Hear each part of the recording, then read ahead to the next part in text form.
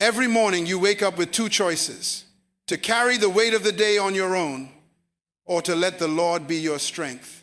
When you try to do it in your power, stress rises, fear multiplies, and peace slips away.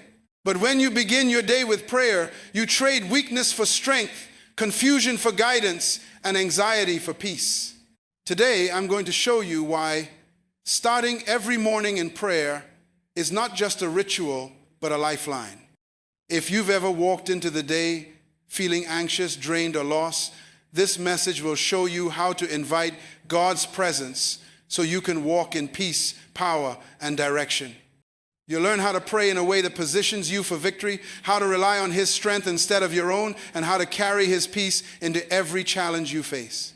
We all know the feeling of waking up with a heavy mind, the to-do list already shouting at us, the problems waiting on our desk, the people pulling at our energy. And too often, we rush into the day trying to manage it all by ourselves. No wonder we feel drained by lunchtime. But here's the truth. You don't have to carry today alone.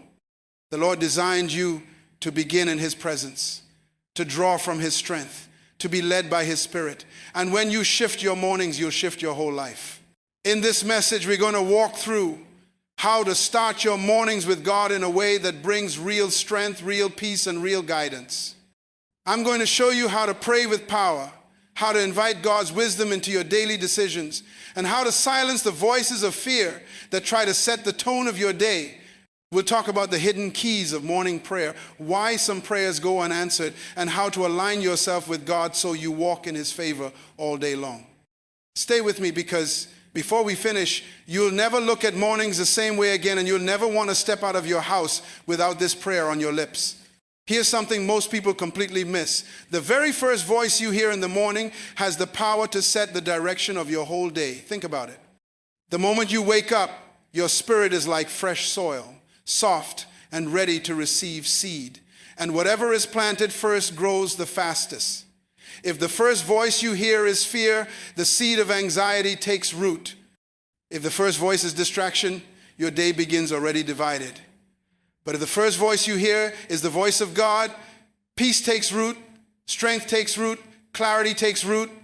That's why morning prayer matters so deeply, because it determines who sets the agenda for your day.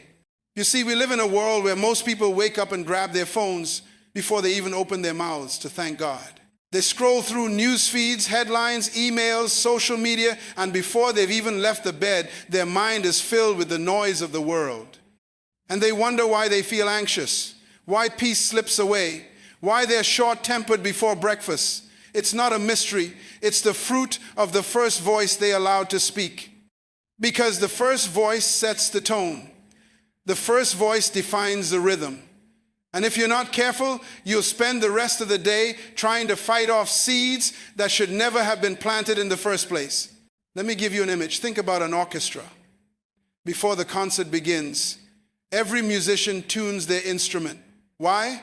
Because if you start out of tune, the entire performance will be chaos. Morning prayer is like tuning your soul. If you let God's voice tune your heart first, then every note of your day has harmony. But if you skip that step, if you rush out with no prayer, then you spend the day trying to correct the sound of an instrument that was never tuned. And no matter how talented the musician, if the instrument is out of tune, the music will never be right. Even Jesus understood this principle. Mark 1:35 tells us that very early in the morning, while it was still dark, Jesus got up, left the house, and went off to a solitary place where He prayed. If the Son of God needed the Father's voice to set the tone for His day, how much more do we? Jesus knew that the first voice mattered. Before the crowds came, before the miracles, before the pressure, He chose to hear His Father first. And that's why He could face the day with peace, with direction, and with power. So let me ask you, whose voice sets the tone of your mornings? Do you wake up to the voice of worry, the voice of urgency, the voice of comparison on your phone? Or do you wake up to the voice of the Spirit, whispering peace, speaking strength, guiding your steps? Because the truth is, you can't choose which voices show up during the day, but you can choose which one you hear first. And the one you hear first will shape how you interpret all the others. Here's the shift. Decide to make the Lord's voice the first you hear. It doesn't have to be complicated. It can be as simple as whispering before your feet touch the floor. Lord, be my guide, my strength, my peace today. That one prayer changes the soil of your soul. That one prayer silences fear before it starts. That one prayer tunes the instrument of your heart so the rest of your day can carry harmony instead of chaos. And here's the beauty. Once you begin this rhythm, you'll notice something powerful. Problems will still come. Challenges will still rise. But because the first voice you heard was peace, every other voice loses volume. The day no longer dictates your spirit dictates the day. That's the power of hearing him first. Transition to next subpoint. And this brings us to something even more critical. It's not just about the first voice you hear, it's about the peace you carry before the pressure arrives. Here's something that might seem counterintuitive at first. The best time to find peace is not after the storm has hit, not when the deadlines are already screaming, not when the calls are already coming in, not when your mind is already racing. The best time to find peace is before the pressure even begins. You see, most of us wait too late. We wait until we're already anxious to pray for calm. We wait until the conflict is already exploding before we ask for God's peace. We wait until the weight is crushing us before we cry out for strength. But peace was never meant to be reactionary. Peace was meant to be preparatory. Peace is not an emergency exit. Peace is your armor before the battle. And if you don't put it on early, you'll find yourself scrambling when the arrows start flying. Think about how athletes prepare before a marathon. They don't just roll out of bed and start running. They stretch, they warm up, they breathe deeply, they prepare their muscles for the strain ahead. Why? Because if they don't, their body will lock up halfway through, and what could have been endured with ease becomes unbearable. In the same way, morning prayer is your spiritual warm-up. It stretches your soul, it centers your spirit, it prepares your heart for the weight of the day ahead. Without it, even small problems feel heavy. With it, even great pressures lose their sting because your soul is already anchored in peace. Now let me be real with you. Life will always bring pressure. Bills will come. People will misunderstand you. Problems will show up without knocking. The day will demand more from you than you feel you have to give. That's not a question of if, it's a guarantee. But here's the difference. If you start your morning with prayer, when the pressure comes, you won't collapse under it. You'll carry peace that others can't explain. You'll walk into meetings where tension is high, and you'll be steady while others unravel. You'll face disappointments that would normally break you, and you'll still have a song in your heart. Because peace was already planted in you before the pressure arrived. Remember Philippians 4, 6, 7?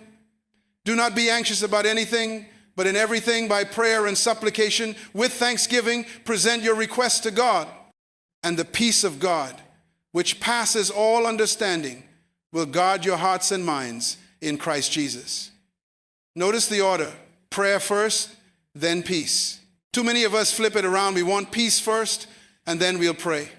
But God says, no, pray first, and peace will follow. Peace doesn't just show up randomly. It's the result of prayerful preparation. Let me give you an image. Imagine a soldier heading into battle without armor saying, I'll put it on if the fight gets bad. That soldier won't last 5 minutes. But the wise soldier puts on armor before stepping into the field, because once the battle begins, it's too late. In the same way, if you wait until the day overwhelms you to seek peace, you'll already be wounded. But if you seek peace before pressure, you'll be armored when the arrows fly. And instead of panic, you'll walk in confidence. Instead of overthinking, you'll walk in assurance. Instead of reacting, you'll respond with wisdom. So I challenge you tomorrow morning. Before the rush, before the calls, before the noise, stop and anchor yourself in His presence. Whisper, Lord, be my peace today. Let Him settle your heart before the world has a chance to shake it. Because when you carry peace before pressure, you won't just survive the day, you'll master it. Transition to next subpoint. And that leads us to something even deeper. Morning prayer isn't just about peace for you, it's also about honor. It's about who you choose to give your first moments to. Here's the part most people overlook. Prayer in the morning is not just about what you need. It's about who deserves your first attention. God is not a God of leftovers. He is not honored when we give him only what remains after the world has already taken the best of us. He is honored when we bring him the first portion, the first words, the first thoughts, the first minutes of the day. That's why Scripture talks about the principle of first fruits. Proverbs 3:9 says, honor the Lord with your wealth, with the first fruits of all your crops. And while that verse is about resources, the principle is the same for time. The first always belongs to him. And when you give him the first, he blesses the rest. Think about it like this. Imagine being invited into the presence of a great king. You don't walk in, ignore him, handle your business, and then throw him a half-hearted greeting on your way out. No, you bring your gift first. You bow in honor. You acknowledge his position before you make your request. In the same way, when you start your day, you are entering the presence of the King of Kings. What kind of honor do you show if your first words are to social media, to emails, to stress instead of to him? Morning prayer is your way of saying, Lord, you are first. Before the world demands me, I give myself to you. That posture doesn't just honor God, it positions you under his favor. And here's something else. Your first moments of the day are your sharpest moments. Your mind is fresh, your heart is open, your spirit is sensitive. As the day goes on, distractions multiply, fatigue sets in, demands pile up. By the end of the day, prayer becomes harder, not because God is less available, but because we are less focused. That's why giving him your mornings is so powerful. You're giving him your best. You're offering the sharpest, purest part of yourself, not the crumbs of your exhaustion. And God deserves nothing less than your best. Let me give you a picture. Imagine two people giving gifts. One rushes in at the end of the day, hands you a wrinkled package with an apology. Sorry, this is all I had left after spending on myself. The other comes in the morning, smiling, carrying something wrapped with care, saying, I thought of you first. Which one feels like true honor? That's the difference between giving God your leftovers and giving him your first. Morning prayer is the gift that says, Lord, I thought of you before I thought of me. And when you live like that, heaven responds. This is why Jesus taught in Matthew 6:33. Seek first the kingdom of God and his righteousness, and all these things will be added to you. Notice the order. First the kingdom, then the additions. First God's presence, then provision. First prayer, then peace. First honor, then favor. If you want God to guide your steps, strengthen your heart, and guard your mind throughout the day, then you have to seek him first. Not after the fact, not when you're desperate. First, because the first is always the seed, and the seed determines the harvest. So let me challenge you, don't just see morning prayer as a spiritual discipline. See it as a way of honoring God with the first and the best of your life. Before your hands touch the task, let your hands lift in surrender. Before your eyes scan the world's problems, let your eyes look to the hills where your help comes from. Before your lips speak to anyone else, let your lips say, Lord, be my guide, be my strength, be my peace today. That's not just prayer, that's honor. And when honor goes up, blessing comes down. Transition to section 2. You see, mornings are not just about discipline, they're about dependence. And this leads us to the next truth. Why we need God's strength daily. Because our strength will never be enough. Here's the reality we don't like to face. No matter how strong you think you are, no matter how disciplined, no matter how determined, your strength will eventually run out. Human strength has limits, and life will always test those limits. You can plan, you can push, you can grind, but sooner or later you hit the wall. That's why so many people live on cycles of burnout. They run hard for a season, they collapse, they recover, and then they repeat the same pattern all over again. It's not because they're weak, it's because they're trying to carry with human shoulders what was meant to rest on divine ones. And if you're honest, you felt it, the weight of trying to be everything for everyone, the pressure of carrying problems too heavy for your soul, the exhaustion of pretending you're fine while inside you're breaking. That's the limit of human strength. Look at Elijah. This was a prophet who had just called down fire from heaven, a man who faced hundreds of false prophets and watched the power of God consume the sacrifice on the altar. But in 1 Kings 19, after one threat from Jezebel, he collapsed under a broom tree and prayed to die. Think about that. The same man who called down fire from heaven now says, Lord, I've had enough. How does that happen? because even prophets reach the end of their strength. Even the strongest among us hit the wall. And when Elijah did, God didn't scold him, he fed him. He gave him bread and water and let him rest. Why? Because God knew Elijah's human frame had limits and only his provision could restore him. Now here's the danger. When you ignore your limits, overthinking takes over. Because the moment your body is tired and your spirit is weary, your mind becomes the loudest. You start replaying fears. You start magnifying problems. You start doubting yourself and even doubting God. It's not always a spiritual attack sometimes. It's simply the reality that you've reached the end of your strength. And when your strength runs out, anxiety rushes in. That's why starting the day in prayer matters. Because it's an admission before the pressure begins. Lord, I don't have enough in me. If I try to carry today by myself, I'll collapse. I need your strength to do what I cannot. Think of it like a phone. No matter how advanced, no matter how expensive, no matter how powerful, if you don't plug it in daily, it dies. It doesn't matter if it's the latest model or the oldest, without charging, it fails. And that's you. You can be gifted, talented, anointed, intelligent, but if you don't plug into God's presence each morning, your battery will drain. And when it drains, you'll try to run on fumes, and overthinking will creep in to fill the gaps your strength can't cover. But prayer is the charging station. Every time you stop in his presence, you're plugging into unlimited power. So let me ask you, are you living at 5% every day? Are you waking up already drained, already on low battery, trying to push through life without plugging in? Or are you starting your day by saying, Lord, I need your strength before I even move? Because the truth is, your strength is not enough for what's coming. But his strength never runs out. That's why Isaiah says, even youths grow tired and weary, and young men stumble and fall. But those who wait on the Lord will renew their strength. Even the strongest grow weary. Even the best stumble.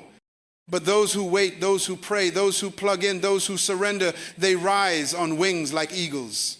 So stop pretending your strength is enough. Admit your limits. Bring your weakness to God. Because that admission is not failure, it's faith. And the moment you humble yourself in prayer and say, Lord, I can't do this without you, that's the moment his strength begins to fill you. Transition to next subpoint. And that's where we go next. Because it's in your weakness, not your strength, that God's power shows up the clearest. Here's what you must understand. Your weakness is not a liability in the kingdom. It's an entry point for God's strength. We live in a culture that worships strength, that tells you to hide your flaws, cover your cracks, push through no matter what. But the kingdom works differently. God doesn't ask you to deny your weakness. He asks you to acknowledge it, because the moment you admit it, his power has room to flow. That's why Paul said in 2 Corinthians 12, I will boast all the more gladly about my weaknesses, so that Christ's power may rest on me. Do you hear that? He didn't hide his weakness, he highlighted it. Why? Because he discovered a secret. When I am weak, then I am strong. Not because of me, but because my weakness becomes the canvas for God's strength to be painted on. Think about it. If you never reach the end of yourself, you'd never discover the beginning of God. If you never ran out of answers, you'd never learn to trust his wisdom. If you never faced problems too big for you, you'd never taste the power of his deliverance. Weakness is not failure. Weakness is invitation. It's the place where you stop performing and start depending. And that's exactly where God wants you, dependent. Not in the sense of helplessness, but in the sense of trust. Dependent like a child with a father. Dependent like a branch connected to the vine. Because the branch doesn't produce fruit by straining, it produces by staying connected. And let me tell you, weakness will expose itself whether you like it or not. You can hide it from people, but you can't hide it from life. Life will bring seasons that strip away the illusion of control. A diagnosis you can't fix, a door you can't open, a relationship you can't mend, a burden you can't carry. And in those moments you have two choices. You can drown in despair, or you can lift your hands and say, Lord, I can't, but you can. That simple surrender is where strength is exchanged. That's where heaven pours into earth. That's where your inability collides with his unlimited ability. Let me give you a picture. Imagine holding a broken cup with cracks all along the sides. You look at it and think it's useless because no matter what you pour in, it leaks out. But what if the purpose of the cracks was not to hold for yourself, but to overflow for others? What if God chooses weak vessels on purpose because the cracks allow his glory to shine through? That's you. Your weakness doesn't disqualify you. It qualifies you for grace. Because if you were strong enough on your own, you take the credit. But when you're weak and he comes through, only he gets the glory. So stop despising your weakness. Stop hiding it. Stop running from it. Stop letting the enemy shame you with it. Instead, bring it into prayer. Say, Lord, here's where I'm not enough. Here's where I'm tired. Here's where I'm broken. And watch what he does. Because the very place you feel weakest is often the place he chooses to display his power the most. And when that happens, you'll understand what Paul meant when he said, that is why, for Christ's sake, I delight in weaknesses, for when I am weak, then I am strong. Transition to next subpoint. And that brings us to a powerful truth. If God's strength flows best in weakness, then the way you access it is not by striving harder, but by surrendering deeper. Here's the truth that flips our human logic upside down. Strength in God doesn't come from pushing harder. It comes from surrendering deeper. The world tells you to fight, to hustle, to grind, to push your limits, to prove yourself strong. But the kingdom tells you something different. Lay it down, give it up, release control, and in that moment, God fills you with a strength you could never generate on your own. This is why so many of us stay exhausted. We're trying to win battles in our own power that can only be won in his. We're swinging our fists in the air, sweating, straining, burning out, while God is saying, if you would just surrender, I'd fight for you. If you would just yield, I'd carry you. If you would just trust, I'd strengthen you. Think about Jesus in the Garden of Gethsemane. The weight of the cross was before him. The full burden of sin was pressing down. His sweat became like drops of blood. In that moment, he could have fought in the flesh. He could have run away. He could have tried to find another way. But instead, he prayed, not my will, but yours be done. That's surrender. And out of that surrender came the strength to carry the cross, the strength to endure the nails, the strength to finish the work of redemption. It wasn't sheer willpower that took him to Calvary. It was the strength born in surrender. And if Jesus himself drew strength through surrender, how much more do we? Let me give you an image. Imagine a device that isn't plugged into a power source. No matter how perfect its design, no matter how advanced its technology, it's useless without connection. That's us. We are beautifully designed, wonderfully made, but without connection to God, we drain quickly. Surrender is the act of plugging back in. It's saying, Lord, I don't want to run on battery. I don't want to keep running until I collapse. I'm plugging into your spirit so I can run with your power. And when you plug into him, strength flows naturally. Not because you forced it, but because he is the source. Now here's what surrender looks like in practice. It's waking up in the morning and before you grab your phone, before you rush into your schedule, you whisper, Lord, today I lay down my agenda, guide me, strengthen me, fill me. It's stopping in the middle of the day when pressure is high. And instead of trying to push through in your own might, you pause and pray, Lord, I can't do this without you. It's closing your eyes at night, not replaying all the things you couldn't control, but releasing them into his hands. That's surrender. And every time you do it, strength flows in. The irony is this: the more you fight to hold control, the weaker you become. The more you release control, the stronger you get, because God will not compete with your pride. As long as you're trying to prove how strong you are, he'll step back and let you exhaust yourself. But the moment you say, Lord, I'm weak, I need you, that's when his power steps in. And suddenly, what felt impossible feels lighter. What felt unbearable feels doable. What felt overwhelming becomes manageable. Not because the problem changed, but because your source did. So don't mistake surrender for defeat. Surrender is not waving the white flag to the enemy, it's waving the white flag to God.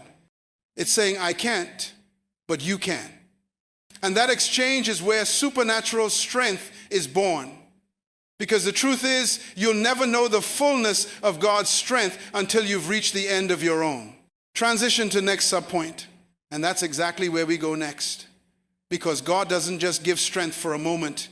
He gives strength for the journey, for the long road ahead, for the race that's still in front of you. Here's the thing about God's strength.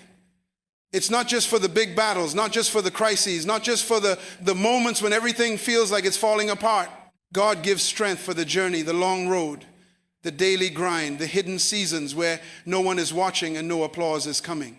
Because let's be honest, most of life is not one giant showdown with Goliath. Most of life is the steady, everyday walk. And that's where so many people collapse. Not in the one big moment, but in the 1,000 small ones. That's why Isaiah 40:31 doesn't just say you'll soar on wings like eagles. It also says you'll run and not grow weary. You'll walk and not faint. Sometimes faith looks like flying, but most of the time it looks like walking one foot in front of the other day after day. And for that you need strength that doesn't run out. Think about Israel in the wilderness. God didn't just give them strength once at the Red Sea. He gave them daily manna, fresh every morning, strength to walk another day through a desert that seemed endless. 40 years of dust, 40 years of waiting, 40 years of routine, and yet God sustained them every single day. Why? Because the journey was long and his people needed endurance, and you're the same. Your life isn't just about one big breakthrough moment. It's about the journey God has set before you. And that journey requires a kind of strength that doesn't just flare up in emergencies, but sustains you through the ordinary. Now here's the challenge. Most of us pray for bursts of strength, but we forget to ask for endurance. We want enough energy to get through today's crisis, but God wants to give us enough to last the whole journey. Endurance is the ability to keep moving when nothing changes, to stay faithful when results don't come quickly, to keep trusting when the promise feels delayed. And that kind of strength doesn't come from willpower. It comes from waiting on the Lord. Because waiting renews you. Waiting teaches you dependence. Waiting connects you to the flow of his Spirit that doesn't run dry. Let me give you an image. Imagine trying to drive across the country with only half a tank of gas, stopping every few miles to refill in panic. That's what life looks like when you only pray in emergencies. You're constantly running on fumes, constantly scrambling for the next refill. But imagine instead starting each morning by filling the tank completely. You're not just surviving on fumes, you're supplied for the road ahead. That's what daily prayer does. It gives you strength not just for the moment, but for the miles. And here's something powerful. Endurance, strength, builds character. Romans 5 says, suffering produces perseverance. Perseverance, character, and character, hope. The strength you gain in the long walk shapes you into someone steady, someone unshakable. Someone who doesn't break every time the wind blows. God is not just interested in giving you power for today. He's forming you into someone who can finish the race. And finishing requires more than bursts. It requires consistency. So let me ask you, are you only praying for strength in the crisis, or are you inviting God to give you strength for the journey? Because the truth is, crises come and go, but the journey continues. And if you don't learn to draw from his endless well each morning, the journey will wear you down. But if you do, you'll discover a peace, a stamina, a quiet resilience that others can't explain. You'll not only survive, you'll endure, you'll overcome, you'll finish strong. Transition to section 3.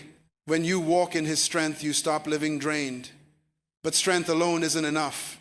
You also need direction, because what good is strength if you're headed the wrong way? And that's where the Lord as your guide becomes essential. Here's something that will shake you if you let it sink in. One of the greatest dangers to your destiny is not the devil, not the world, not even other people. It's self-reliance. It's leaning on your own understanding, trusting your own wisdom, depending on your own ability to figure it out. And on the surface, self-reliance looks noble. It looks like responsibility, maturity, strength. But underneath, it's pride dressed in disguise. Because every time you say, I've got this, I can handle this, I don't need to bother God with this, what you're really saying is, I don't need him as my guide, I can guide myself. And that path always leads to confusion, delay, and disappointment. Proverbs 3:5-6 says it plain. Trust in the Lord with all your heart and lean not on your own understanding. In all your ways acknowledge him, and he will direct your paths. Notice the contrast. Trust him with all your heart. Lean not on your own understanding. Which means if you're leaning on your understanding, you're not fully trusting him. And isn't that where overthinking comes from? Leaning too hard on our limited perspective. We circle the same questions. What if I choose wrong? What if I fail? What if people judge me? We analyze, we calculate, we strategize, but the more we lean on our understanding, the less peace we have. Because human wisdom is limited. You can't see tomorrow. You don't know all the outcomes. But God does. That's why he must be your guide. Look at Saul, Israel's first king. He was gifted, anointed, chosen, but he leaned on his own understanding. When Samuel didn't show up on time, Saul panicked and offered the sacrifice himself. It looked like a practical solution. It looked responsible. But in doing so, he stepped outside of God's guidance. And that one act cost him the kingdom. Think about that. Saul didn't lose his destiny because he lacked strength. He lost it because he trusted himself more than God. And if it happened to him, it can happen to us. Every time we choose our reasoning over God's leading, we risk forfeiting what he's trying to give us.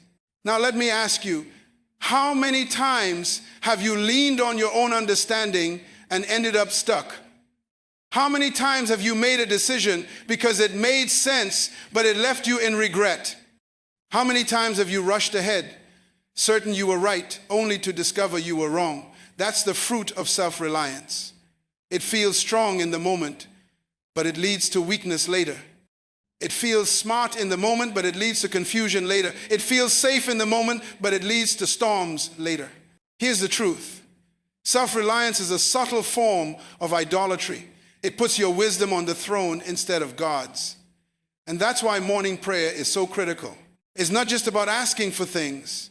It's about aligning your heart so you don't rely on yourself. It's saying, Lord, before I trust my instincts, I trust your word. Before I lean on my logic, I lean on your spirit. Before I move on what makes sense to me, I move on what you reveal to me. That posture dismantles pride. It breaks the cycle of overthinking.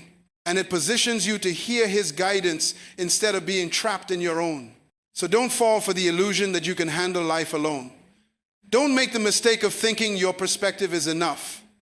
Because the danger of self-reliance is not that you'll fail spectacularly, it's that you'll drift quietly, one small decision at a time, away from God's best. And the scariest part, you won't even notice until the cost becomes clear. That's why you need his guidance daily.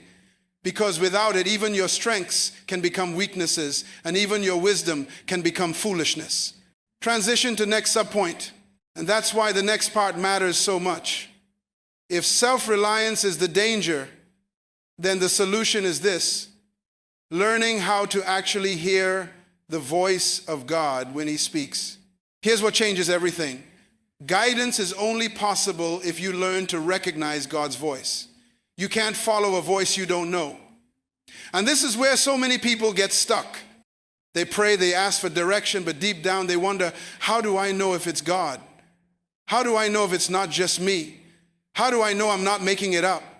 And because they're not sure, they fall back into overthinking, circling between choices, doubting themselves, doubting God, paralyzed in confusion. But Jesus said in John 10:27, my sheep hear my voice. I know them and they follow me. Did you catch that? Hearing his voice is not just for prophets or pastors or super spiritual people. It's the birthright of every child of God. If you belong to him, you have the capacity to hear him. The question is not if he's speaking. The question is whether you've trained your ear to listen. Think of Samuel as a boy lying in the temple. He heard a voice calling his name. Samuel, Samuel. 3 times he ran to Eli, thinking it was the priest calling him. 3 times he misunderstood because he didn't yet know the voice of the Lord. But on the 4th call, Eli recognized what was happening and told him, say, speak, Lord, for your servant is listening. And in that moment, Samuel began a lifetime of hearing God. Do you see it? The voice was there from the beginning. God was already speaking. Samuel just needed to learn how to recognize it, and once he did, it marked him forever. That's what hearing God's voice is like. It's not always thunder, it's not always fire. Sometimes it's a whisper, a nudge, a quiet impression in your heart. And if your life is too noisy, if your mornings are too rushed, you'll miss it. That's why morning prayer matters so much. It clears the clutter so you can discern the whisper. It silences the world long enough for the Spirit to speak. Because God doesn't shout to compete with your distractions, He waits for you to quiet down. And when you do, you'll discover that He's been speaking all along. Now let me ask you, what voices fill your mornings right now? The news? Social media? The voices of fear? If those are the first sounds in your ear, no wonder you struggle to hear God's voice later. His voice gets drowned out by the noise. But if you begin each morning with prayer, scripture, and stillness, you're tuning your spirit like a radio dial until the frequency becomes clear. And once you recognize His tone, His style, His peace, you'll know when it's Him. Because His voice always carries His character. His voice aligns with His word. His voice produces peace, not panic, conviction, not condemnation, direction, not confusion. Let me give you a simple picture. Imagine a child in a crowded room.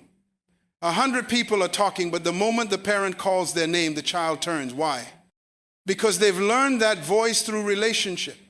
It's not about volume, it's about intimacy. The same is true with God.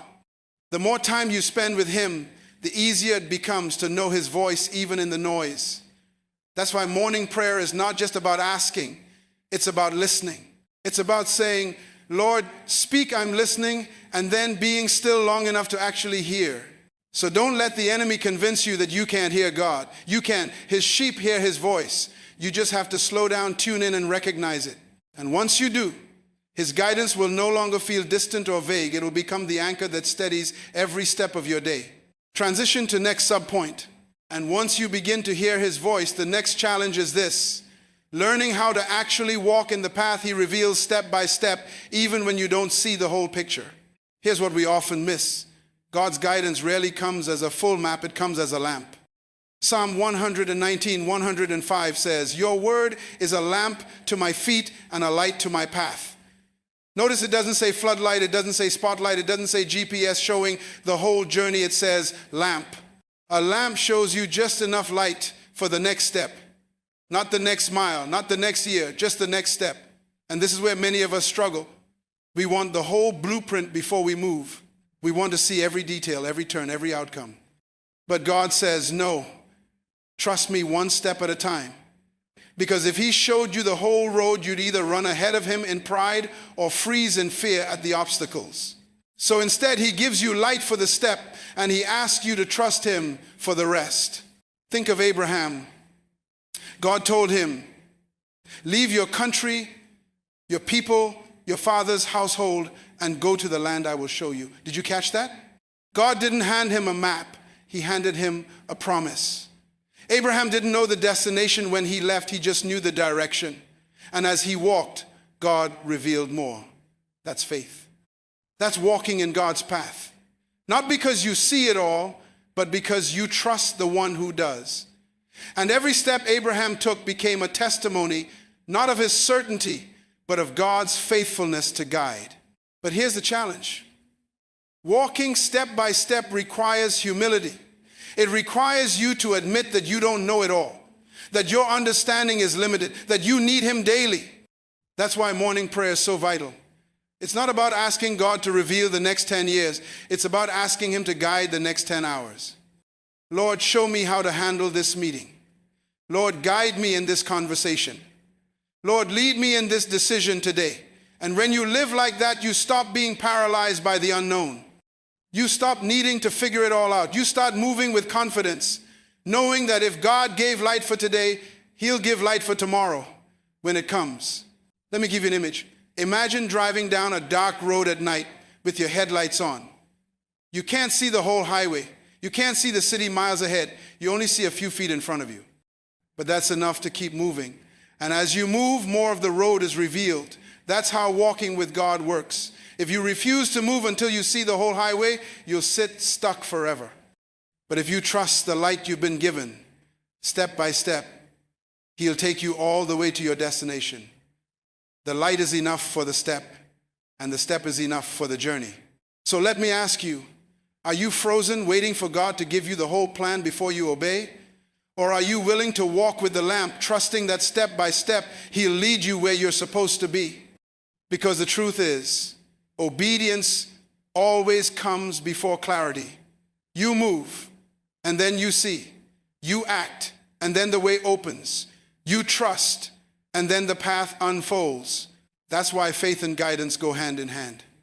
And once you learn to walk like this, you'll discover that God's path is not a maze meant to confuse you. It's a journey meant to build your trust in Him, one step at a time. Transition to next subpoint. And here's the beauty of it. When you learn to walk in God's path, there's a peace that comes with it, a peace that confirms you're exactly where you need to be. Here's the beauty of God's guidance. It doesn't just come through signs and voices, it comes through peace. Colossians 3:15 says, "Let the peace of Christ rule in your hearts." That word rule literally means act as an umpire. In other words, peace makes the call. Peace is the deciding factor when you're faced with decisions, when paths look unclear, when options compete for your attention. One of the greatest indicators that you're aligned with God's will is the presence of peace. Not the absence of challenge, not the absence of struggle, but the deep, unshakable peace that says, yes, this is the way, walk in it. This is so important because many people confuse peace with circumstances. They think if everything is calm, then God must be with them. And if things are stormy, He must not be. But peace is not tied to circumstances. Peace is tied to presence. Jesus was asleep in the boat while the storm raged. The waves were crashing, the wind was roaring, the disciples were panicking, but He had peace. Why? Because peace is not about what's happening around you, it's about who is within you.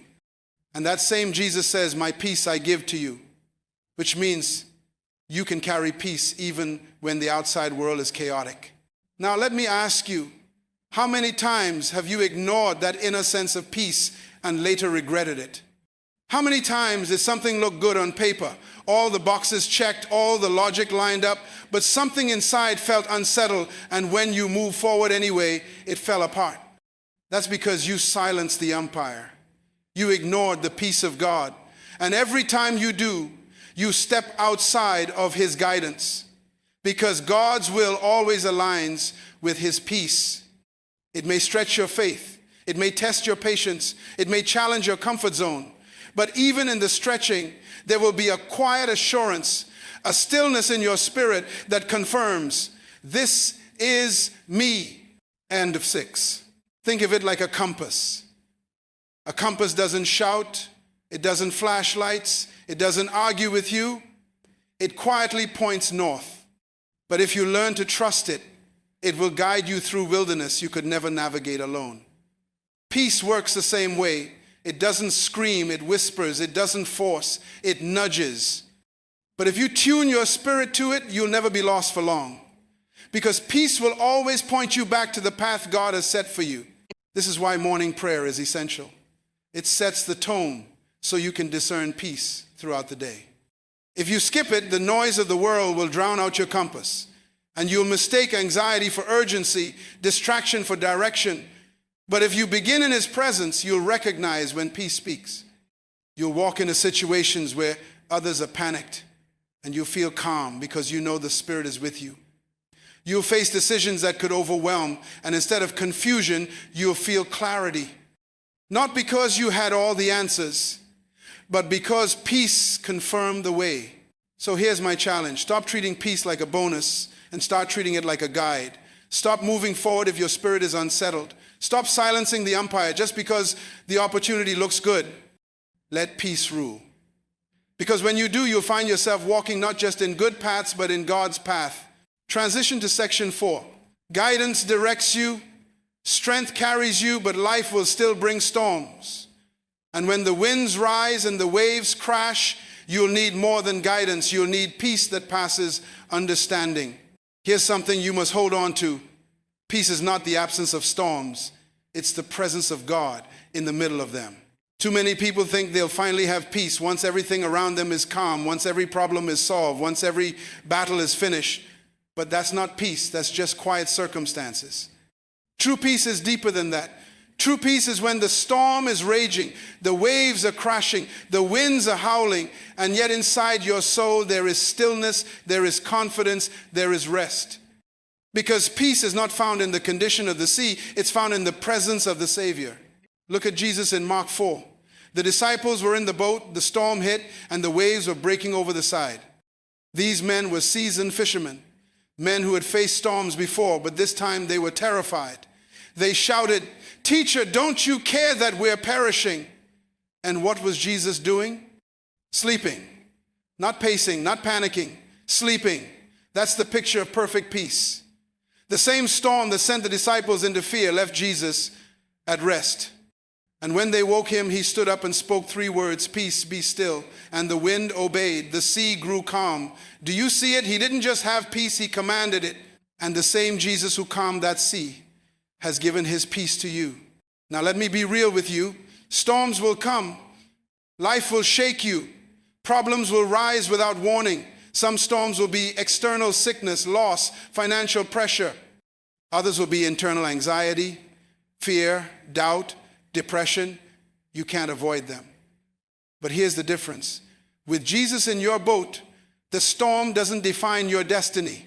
You may feel the spray of the waves, but you won't sink. You may hear the roar of the wind, but it won't destroy you. Because peace is not about the storm stopping, it's about the storm not stopping you. Think about Paul in Acts 27. He was on a ship headed for Rome when a violent storm hit. For 2 weeks, the crew battled winds so fierce they lost all hope of being saved. But Paul stood in the middle of the chaos and declared, "Take courage, not one of you will be lost." How could he speak like that while the storm still raged? Because God had spoken to him. He had a word from the Lord, and that word gave him peace that outlasted the storm. And sure enough, though the ship broke apart, every person made it safely to shore. Peace doesn't mean you'll avoid damage. It means you'll survive destiny storms because God's promise carries you through. Here's what I want you to see. Peace in the storm is not denial. It's not pretending the waves aren't high or the winds aren't strong. It's acknowledging the reality but choosing to anchor yourself in a greater reality, the presence of God. And that's why morning prayer is so powerful. Because when you begin the day in his presence, you anchor yourself before the winds rise. You set your spirit before the waves hit. So when the storm comes, you don't have to find peace, you already carry it. So let me ask you, what storm are you facing right now? Is it in your health, your family, your finances, your mind? Whatever it is, don't let the storm tell you who you are. Don't let the storm tell you where you're going. The presence of Jesus in your life is greater than the power of any storm. And when you carry his peace, you'll be able to stand and declare just like he did, "Peace, be still." Transition to next subpoint. And that leads us to the next truth. The kind of peace God gives isn't natural. It doesn't make sense. It's a peace that goes beyond understanding. Here's the mystery of God's peace. It doesn't make sense. Philippians 4:7 says, "And the peace of God, which surpasses all understanding, will guard your hearts and your minds in Christ Jesus." Surpasses understanding. That means it defies logic. It doesn't add up on paper. It doesn't match the circumstances. You should be stressed, but you're calm. You should be panicking, but you're steady. You should be falling apart, but somehow you're still standing. That's the kind of peace only God can give. It's not manufactured. It's not psychological trickery. It's not denial. It's supernatural. And when it comes, even you can't explain it. All you can do is shake your head and say, "This must be the hand of God." Think about it. The world's version of peace depends on conditions. If the economy is stable, then there's peace. If your health is good, then there's peace. If relationships are smooth, then there's peace. But let one of those things shake and peace is gone. That's because worldly peace is fragile, conditional, circumstantial. But God's peace is untouchable. It doesn't depend on what's happening outside. It flows from who he is inside. And because he never changes, his peace never fails. Look at Daniel in the lion's den. By every natural calculation, he should have been terrified. Hungry lions circled him. Death was inches away. And yet he knelt, calm, steady, unmoved. The peace of God wrapped him in assurance so strong that not even the roar of lions could shake him. Or consider Peter in Acts 12. He was chained between soldiers awaiting execution the next morning. And what was he doing? Sleeping. Imagine that. The church was praying desperately, but Peter was resting deeply. Why? Because the peace of God had surpassed his understanding. He couldn't explain it, but he trusted the one who held his life. And in the middle of the night, the angel of the Lord set him free. Now let me turn it to you. How often do you forfeit peace because you try to make it logical? You tell yourself, once I fix this, then I'll feel peace. Once I get this answer, then I'll rest. Once I see the outcome, then I'll calm down. But that's not peace beyond understanding. That's peace within understanding. And if your peace depends on answers, you'll never truly have it, because life doesn't always give you answers. But God offers you something better, peace that holds you even when answers don't come. Peace that guards your heart like a shield, guarding your mind like a fortress, so that the chaos outside never becomes chaos inside. Let me give you an image. Imagine being in a submarine deep under the sea while a violent storm rages on the surface. The waves crash, the wind howls, the thunder rolls, but down below, it's calm. The storm is real, but it can't reach you at that depth. That's what God's peace is like. It pulls you deeper below the surface of circumstances into a depth where storms lose their power. People above the surface are panicking, but you're steady. Not because the storm isn't there, but because you're anchored in something deeper. So let me challenge you. Stop trying to explain peace. Stop trying to calculate peace. Stop waiting for everything to make sense before you accept peace. Receive it, pray for it, guard it. Because the kind of peace God offers isn't natural, it's supernatural. And when it fills your heart, it becomes your greatest witness. Because people will look at you and ask, how are you so calm when everything around you is chaos? And your answer will not point to your strength, but to his. Transition to next subpoint. And that brings us to a responsibility. Because once you've received peace, you can't just assume it will stay. You have to guard it, protect it, and keep it from being stolen. Here's a truth we often ignore. Peace can be received in a moment, but it must be guarded for a lifetime. God gives it freely, yes, but the enemy will do everything he can to steal it. And if you're not intentional, you'll wake up filled with peace after prayer in the morning, but by noon you'll be drained, anxious, and restless, wondering where it went. Why? Because you didn't guard it. Peace is like a treasure. It's like gold in your hands. And treasures must be protected. If you treat it carelessly, if you leave it unguarded, the thief will come and take it. That's why Paul says in Philippians 4:7 that the peace of God will guard your hearts and minds in Christ Jesus.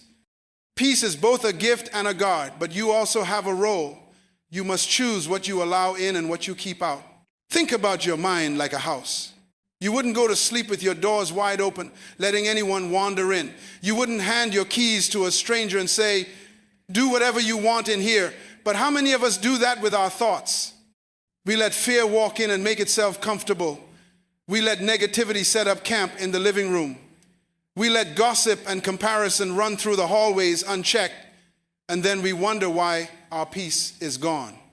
But peace is stolen because the door was never locked.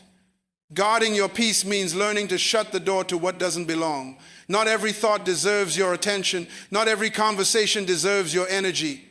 Not every voice deserves your agreement. Some things must be shut out if you want peace to remain in. Jesus modeled this.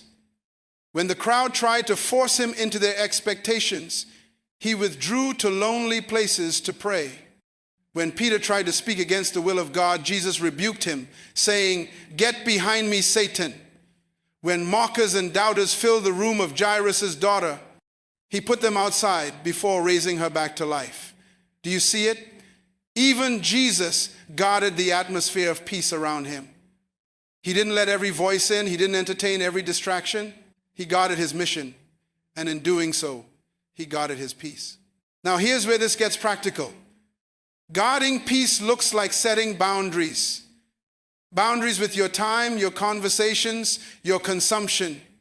It means you don't feed your mind with chaos and then expect peace to stay. It means you don't dwell on worst-case scenarios and then wonder why you're restless. Guarding peace means you actively choose what voices have permission to shape your heart.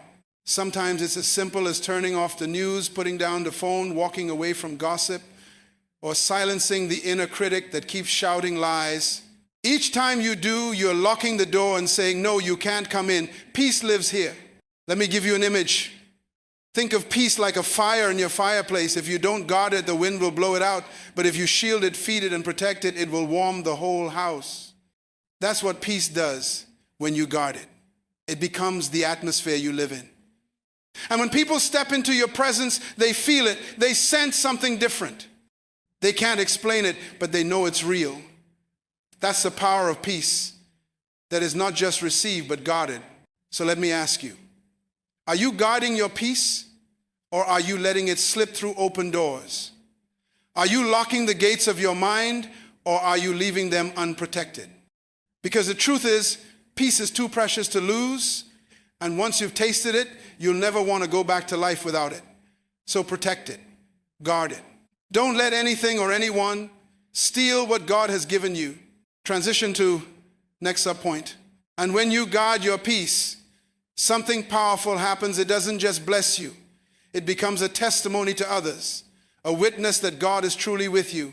Here's what you need to see. Peace isn't just for you. It's a testimony to the world around you. When you walk in peace while everyone else is panicking, people notice. When you remain calm in chaos, steady in storms, joyful in trials, it speaks louder than a sermon. It tells the world that God is real, that His presence makes a difference, that His Spirit is alive in you, because anyone can have peace when life is easy. Anyone can smile when everything goes their way. But when you have peace that carries you through pain, that steadies you in loss, that anchors you in uncertainty, that's when your life becomes a living witness. That's when people lean in and ask, what's different about you? Look at Paul and Silas in Acts 16. Beaten, bruised, and locked in a prison cell, they had every reason to be bitter, every reason to complain, every reason to give up. But instead, at midnight, they prayed and sang hymns to God, and the other prisoners were listening. Don't miss that detail. The others were listening. Their peace wasn't just for themselves. It became a witness. And then the miracle happened. The earthquake shook the prison. The doors flew open. The chains fell off. But the real miracle wasn't just that they were freed. It was that the jailer and his entire household was saved because of the testimony of their peace. Do you see it? Their praise in pain, their peace in pressure turned into someone else's breakthrough. This is what Jesus meant when He said, "Blessed are the peacemakers, for they shall be called children of God." When you carry peace, you reveal your Father. You reflect His nature, because He is the God of peace, the Prince of Peace, the one who speaks, "Peace, be still." And when His peace lives in you, people encounter Him through you. Your calm becomes a beacon. Your rest becomes a sermon. Your stability becomes an invitation for others to experience the same peace. Let me give you an image. Think of a lighthouse standing on a cliff in the middle of a raging storm. Waves crash, winds howl, darkness surrounds, but the lighthouse stands steady, shining its light. It doesn't stop the storm, but it shows others the way to safety. That's what your peace does. It doesn't mean storms won't come. It means that in the storm, your life becomes a lighthouse, pointing others to the God who is your anchor. And here's the truth. People are desperate for peace. They're chasing it in money, in success, in relationships, in distractions, but nothing satisfies. And when they see you walking in it, real peace, lasting peace, unshakable peace, it stirs something inside them. It makes them hungry for the God you serve. Your peace becomes evangelism. Your peace becomes ministry. Your peace becomes a witness that no argument can refute. Because they can debate your theology, they can question your beliefs, but they can't deny your peace. So let me challenge you. Don't just receive peace for your comfort. Carry it as your testimony. Let it shine in your workplace, in your family, in your friendships, in every environment you step into. Because when people encounter your peace, They're really encountering his presence, and that presence is what changes lives. Transition to section 5. Strength empowers you, guidance directs you, peace sustains you, but here's the question. How do you make this more than an occasional experience? How do you build a lifestyle of morning prayer that keeps this alive every single day? Here's something most people don't realize. The strength of your spiritual life is not built on occasional moments, it's built on consistent habits. Inspiration is powerful, yes. Breakthrough moments are life-changing, yes. But what really shapes you, what really transforms you, what really builds depth in your walk with God is what you do daily. Because daily habits create spiritual foundations. And foundations determine how high you can build. If your foundation is weak, your faith will crack under pressure. But if your foundation is strong, storms can come, winds can blow, waves can crash, and you'll still be standing. Why? Because the rhythm of your habits has anchored you deeper than the chaos around you. Think about Daniel. 3 times a day, every day, he prayed toward Jerusalem. And he didn't stop when it was convenient. He didn't stop when it was dangerous. He didn't stop when it was unpopular. Even when the law was signed that threatened death, Daniel kept his rhythm. Why? Because his habit wasn't built on convenience, it was built on conviction. And when the lion's den came, he wasn't panicked because his habit had already prepared him. That's the power of daily discipline. It creates a reservoir of strength that shows up when crisis strikes. Now let me ask you, what habits are shaping you right now? Because make no mistake, you are being shaped by habits whether you realize it or not. If you reach for your phone first thing every morning, that's a habit. If you scroll through social media before you pray, that's a habit. If you replay your worries before you replay God's promises, that's a habit. And those habits are shaping your spirit, your emotions, your outlook. Habits are powerful, not because they shout, but because they whisper. They repeat in the background until they become who you are. That's why morning prayer isn't just a nice idea, it's a habit that has the power to transform the entire trajectory of your life. Let me give you an image. Imagine building a muscle. You don't get strong by lifting weights once. You don't get fit by exercising once. It's the daily repetition, the consistent practice, the habit that builds strength over time. And prayer works the same way. One prayer is powerful, yes, but daily prayer, consistent prayer, habitual prayer that builds a spiritual muscle that cannot be broken. And when life tries to push you over, that muscle holds you steady. So here's the challenge. Don't wait for inspiration to pray. Don't wait for crisis to pray. Build the habit now. Make it as natural as brushing your teeth, as normal as eating breakfast, as automatic as locking your door when you leave the house. Because once prayer becomes a habit, peace becomes a lifestyle. Once prayer becomes a rhythm, guidance becomes second nature. Once prayer becomes consistent, strength becomes unshakable. Transition to next subpoint. And here's the beautiful thing. What starts as habit, what begins as discipline, eventually turns into something far greater delight. Here's something powerful. What begins as duty, if you stay faithful, will transform into delight. At first, prayer may feel like discipline. It may feel like a box you check, something you push yourself to do because you know you should. And that's okay. Every meaningful practice begins with discipline. No runner enjoys the first mile of training. No musician enjoys the first hours of scales. No student enjoys the early mornings of study. But over time, the discipline produces fruit, and the fruit becomes joy. And it's the same with prayer. At first, it may feel like a duty. You may wrestle to focus, fight to stay awake, struggle to stay consistent. But if you keep showing up, if you keep pressing in, if you keep meeting him day after day, something shifts. The place of discipline becomes a place of delight. What you once forced yourself to do becomes the thing your soul longs to do. Think of David in the Psalms. He said, "One thing I ask of the Lord, this only do I seek, that I may dwell in the house of the Lord all the days of my life, to gaze on the beauty of the Lord and to seek him in his temple." That's not duty talking, that's delight. That's the voice of a man who had discovered the sweetness of God's presence, who had tasted the joy of intimacy, who knew that time with God wasn't a chore, it was his greatest treasure. And that same delight is waiting for you. But it doesn't appear overnight. It grows through consistency. You discipline yourself to show up, and God meets you there until the discipline turns into desire. Let me give you an image. Imagine falling in love with music. At first, learning an instrument is clumsy, awkward, frustrating. You hit wrong notes. You get sore fingers. You want to quit. But if you keep practicing, one day something shifts. The notes become fluid, the sound becomes beautiful, and playing becomes joy. You stop practicing because you have to. You start playing because you love to. That's what prayer becomes when duty turns to delight.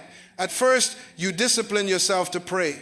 But over time, the presence of God becomes so real, his peace so tangible, his voice so sweet, that you no longer pray because you must. You pray because you can't live without it. Now let me ask you, have you stopped short of delight because you gave up a duty? Did you tell yourself, prayer just doesn't feel natural for me, so maybe I'm not cut out for it? Don't let the enemy lie to you. Delight comes on the other side of consistency. Keep showing up, keep praying, keep seeking, because the day will come when the place that once felt heavy becomes the place you can't wait to enter. And when that happens, prayer will no longer be a struggle. It will be your sanctuary. So here's the truth. Duty gets you started, but delight keeps you going. Duty says, I should pray. Delight says, I want to pray. Duty says, I need to make time for God. Delight says, I can't live without time with God. And when you reach that point, prayer won't feel like work, it'll feel like home. Transition to next subpoint. And when you live with that kind of delight, something amazing begins to happen. Your consistency starts to bear fruit, and the results show up in every area of your life. Here's what I want you to see. Consistency in prayer is never wasted. Even when it feels quiet, even when it feels repetitive, even when you wonder if anything is happening, something is always happening. Because consistency produces fruit, and fruit doesn't grow overnight. A seed planted today doesn't become a tree tomorrow. It takes watering, it takes sunlight, it takes time. But give it enough days, give it enough faithfulness, and one day what was hidden beneath the soil bursts into life. That's how prayer works. Every morning you show up, you're watering the seed. Every time you bow your head, you're nourishing the roots. Every whisper of Lord, be my guide, my strength, and my peace is another drop of water feeding what God has planted. And though you may not see it immediately, fruit is forming. Roots are strengthening. Growth is happening. Think about Daniel again. Decades of daily prayer shaped his spirit, sharpened his vision, and gave him resilience that no empire could break. When he was thrown into the lion's den, he didn't panic because his consistency had already built a history with God. His survival wasn't a sudden miracle pulled out of nowhere. It was the fruit of years spent in steady, faithful communion with his Father. And the same will be true for you. When trials come, you won't have to scramble to find faith because your consistency will have built it already. Now let me ask you, what kind of fruit do you want to see in your life? Because the harvest will always match the seed. If you sow sporadic prayer, you'll reap sporadic peace. If you sow shallow connection, you'll reap shallow strength. But if you sow consistency, if you keep showing up day after day, the fruit will be deep peace, steady guidance, lasting strength. That's the promise of Galatians 6:9. Let us not become weary in doing good, for at the proper time we will reap a harvest if we do not give up. Let me give you an image. Imagine a tree planted by streams of water. In the heat of summer, when other trees wither, it's still green. In the storms of winter, when other trees break, it still stands. Why? Because its roots go deep. And those roots didn't grow by accident, they grew because of steady watering. That's the picture of your life when you live with consistent prayer. When others crumble under pressure, you'll stand. When others burn out, you'll endure. When others lose their way, you'll keep bearing fruit because your roots are anchored in Him. And here's the beauty of fruit. It's not just for you. Fruit is always for others. The peace you carry nourishes those around you. The wisdom you receive blesses your family, your friends, your co-workers. The strength you walk in becomes a testimony. Your consistency doesn't just shape your destiny, it becomes shade and nourishment for others. That's the fruit of a life rooted in prayer. So don't despise small beginnings. Don't give up when the results aren't immediate. Don't quit just because you don't feel fireworks every morning. Keep showing up, keep praying, keep sowing, because the fruit of consistency is inevitable. It will show up, it will bless you, it will overflow to others. And one day, you'll look back and realize that the life you're living, the peace you carry, the clarity you walk in, the strength you have is the harvest of seeds you planted long ago. Transition to closing section. And now that we've seen the fruit of consistency, let me wrap this up with one clear challenge. Don't walk into another day without walking into his presence first. Because when you begin with him, you carry his strength, his guidance, and his peace everywhere you go. So now we come to the end of this journey, and I want you to see how it all ties together. We began with the truth that mornings matter, that the way you start your day sets the course of your spirit. We walked through what it means to hear the first voice, to find peace before the pressure, to honor God with your first moments.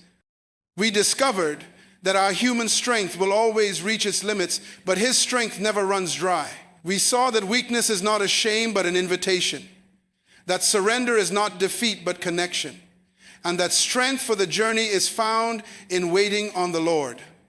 We uncovered the danger of self-reliance, the beauty of hearing God's voice, the step-by-step rhythm of walking his path, and the assurance that peace is often the compass that confirms his guidance.